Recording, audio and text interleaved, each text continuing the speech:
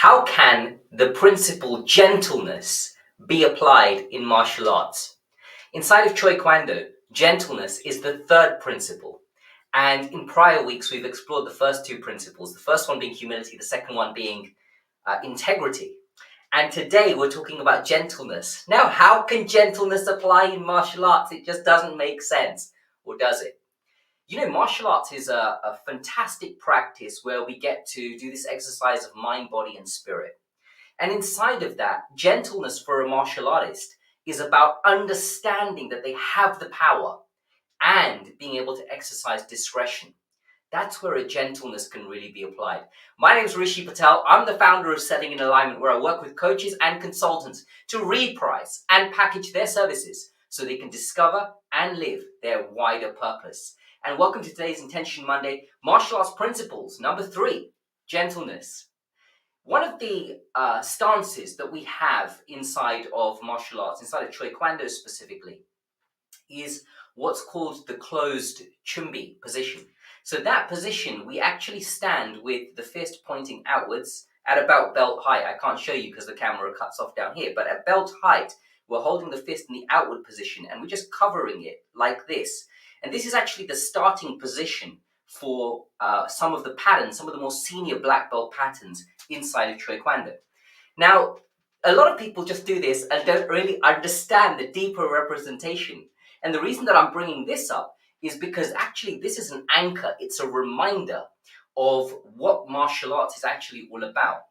Because what we have inside of martial arts is a real power in order to not only defend ourselves, but even cause harm. And so there's a power there.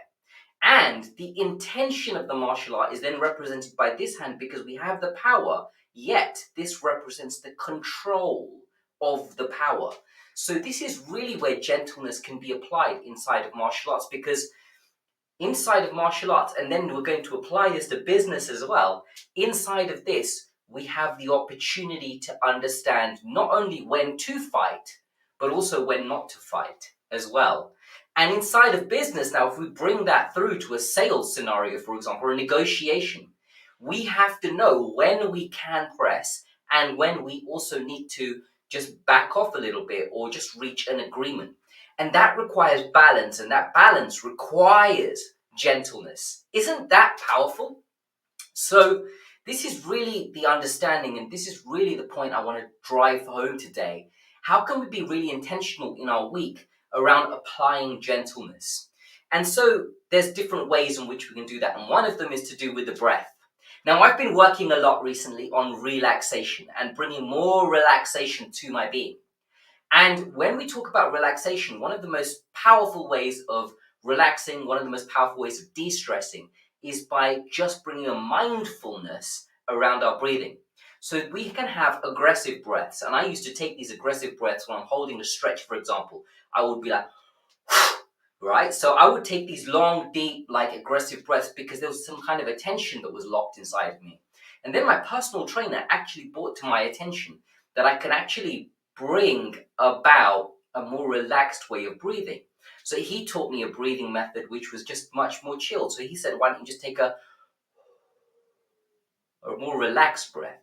Now, isn't that powerful? And doesn't that bring about an incredible amount of gentleness to our approach? So we may be holding the most difficult yoga posture, or we may be in the most intense negotiation or sales setting. We may be just about to close a high value, high end product or service with a client. And there may be this tension building up inside of us. And inside of that moment, we can just bring the mental breath to just breathe and just let that all go. Bring that gentleness to it. And this is really what I wanted to touch on today as well, is around how can we bring gentleness to our approach this week, specifically inside of a sales scenario. So one of the things that I love about sales, and I listen to a lot of audio in and around sales whenever I'm driving or sometimes in the gym on my earphones. And I listen to a lot of audio, and one of my favorite speakers of all time is going to be Zig Ziglar, no longer in the physical plane, no longer in the body, and had a beautiful saying, which he said, you want to be aggressively caring in your approach. Now think about that for a second. Aggressively caring. Being aggressive but with caring. And doesn't that bring about incredible balance, which is the essence of martial arts? And that caring element ties in with the principle of gentleness so perfectly. Can we start to now see how this is so applicable inside of a sales scenario? I'd love to hear from you. If you're watching live, drop me a comment in the comments box. Let me know what you're getting from this. If you're watching on replay, hashtag replay. Let me know what you're getting from this today and how you can apply this into your week and indeed into your lives. So that's one of the most powerful things we can do in selling, is be aggressively caring in our approach. And that caring can come across inside of the gentleness principle. And what kind of an impact does that then have on long-term relationships? You know, a lot of people that are in the sales space are way too aggressive, and this is why sales also gets a very bad rep. Sales actually is a word which over time, unfortunately, has become quite tarnished.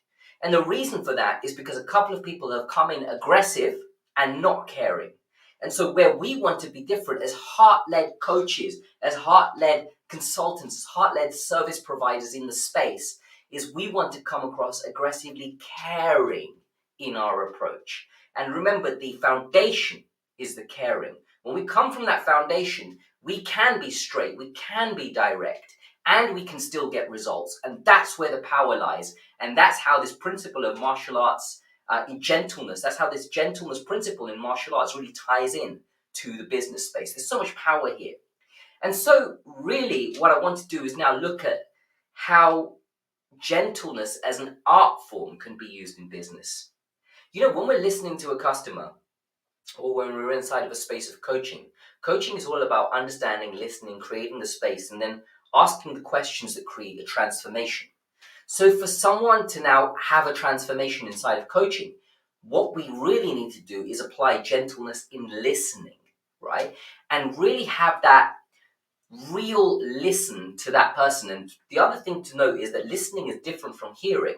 So hearing is when a sense that we have, right? So we have the ability to hear.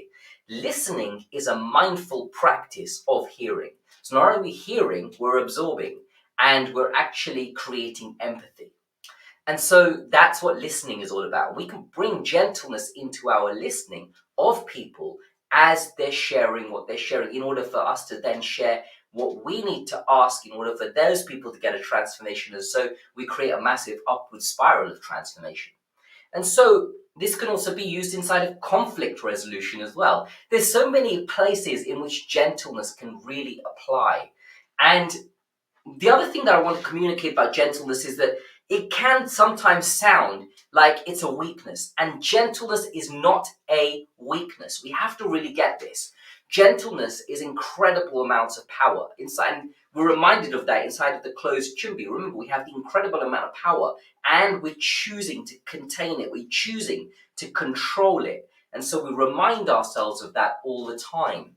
And so where this can be used in conflict resolution in both martial arts and inside of business negotiations is really just understanding, hey, you know, like if we're negotiating for something, we're looking to create a win-win-win all the way around, right? Ideal situation in a negotiation is everyone gets to win. So we can bring a gentleness to the way in which we negotiate. And that doesn't mean that we're weak and we give in. It means that we're actually strong, we control the power that we have. And so that's what we can do inside of the negotiation. And sometimes I've been inside of high value, high end sales propositions where I'm talking to a customer about, you know, a 30K top end training program, a 12-month training program.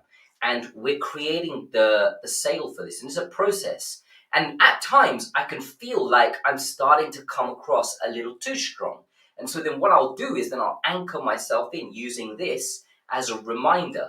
And so I will just do it discreetly and people won't know what's really happening, but I'm just really under the table, really just anchoring myself back in to remind myself that I have that control of that gentleness.